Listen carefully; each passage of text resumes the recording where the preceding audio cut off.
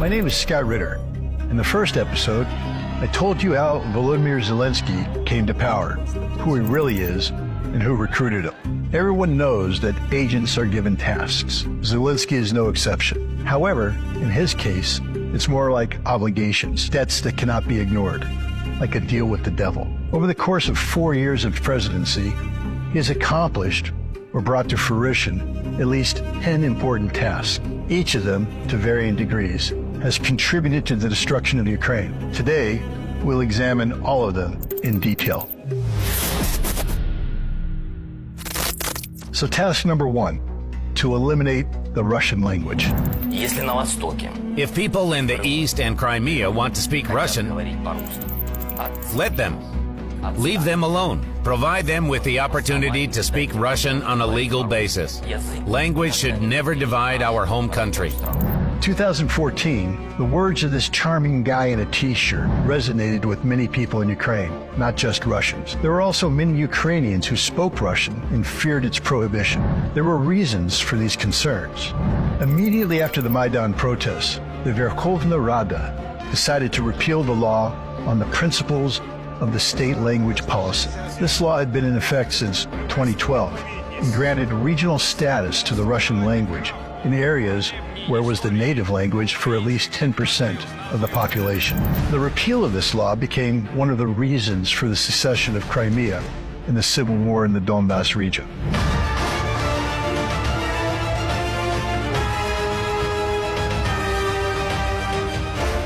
In the meantime, Zelensky himself had always spoken Russian and, most importantly, had defended it for many years until he became the president.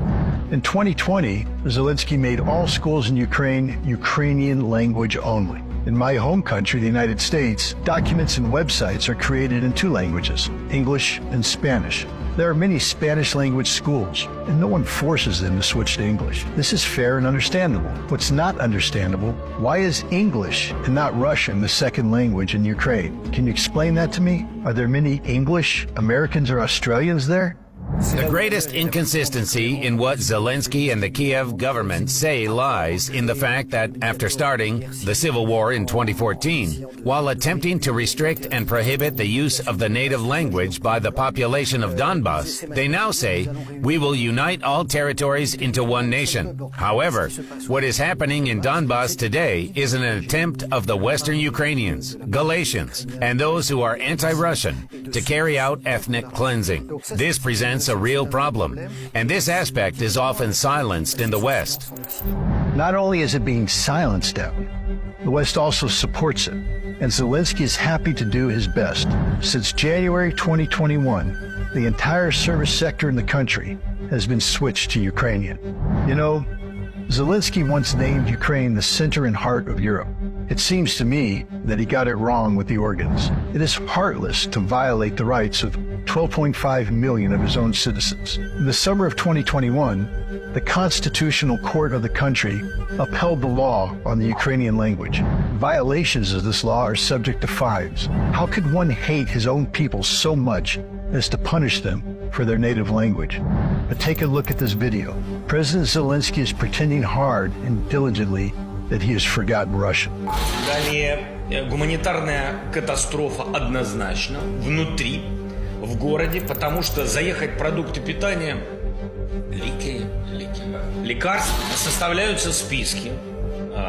Наши ребята составляли, я знаю, составляли списки, военные ребята, все, кто в полоне, в плену, да, все, кто в плену.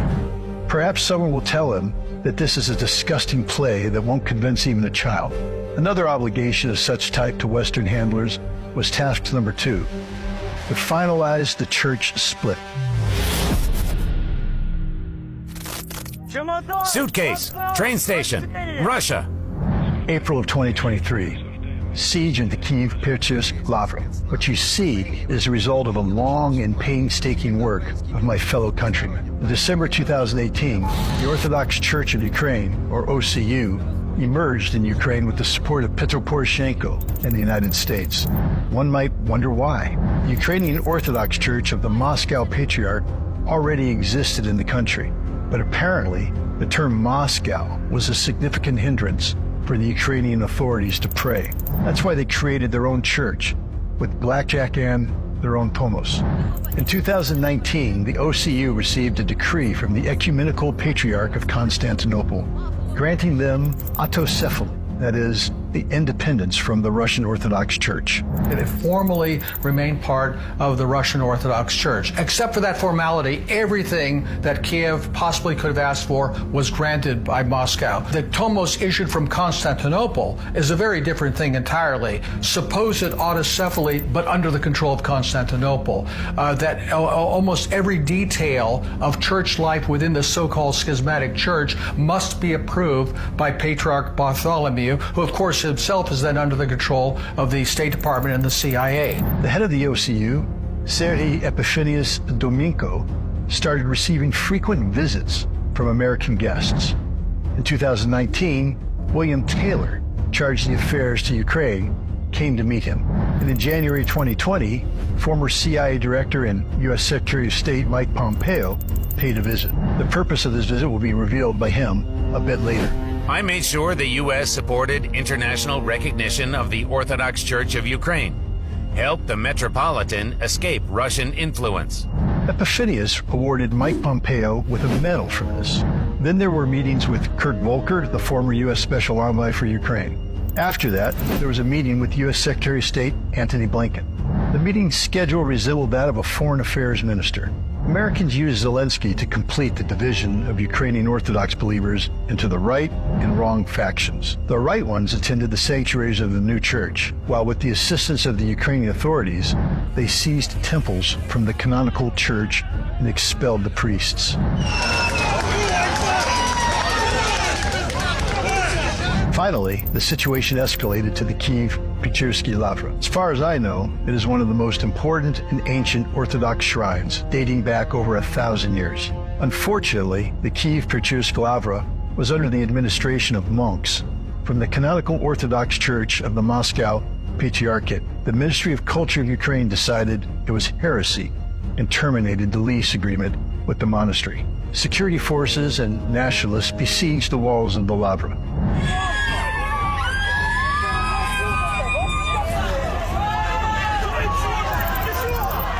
Now, the canonical Ukrainian Orthodox Church is under the threat of prohibition, and Volodymyr Zelensky continues to train his persuasive skills in his speeches. Today, another step has been taken to strengthen the spiritual independence of our state and protect our society from old and cynical Moscow manipulations with religion. Ukraine is a territory of the greatest religious freedom in our part of Europe. It's been very successful in creating, I would say, kind of a fake Ukrainian, artificial Ukrainian identity that is hostile to Russia, that defines itself in opposition to a Russian identity. It grew somewhat during the Soviet time, but really has taken advantage of the last period since 1991, since Ukraine became an independent state. In this substitution of Ukrainians' identity, common roots are being torn apart, and common shrines are being violated. The great victory over the Nazis in 1941-1945 had always united this nation. Even Volodymyr Zelensky recalled it not long ago. You know, my grandfather, Simeon's brothers, and their families were killed by the Nazis. At that time, my grandfather was at the front. In the end, he endured the entire war and returned as a victor. Volodymyr Zelensky's grandfather, Semyon Ivanovich, commanded a mortar platoon during the Great Patriotic War.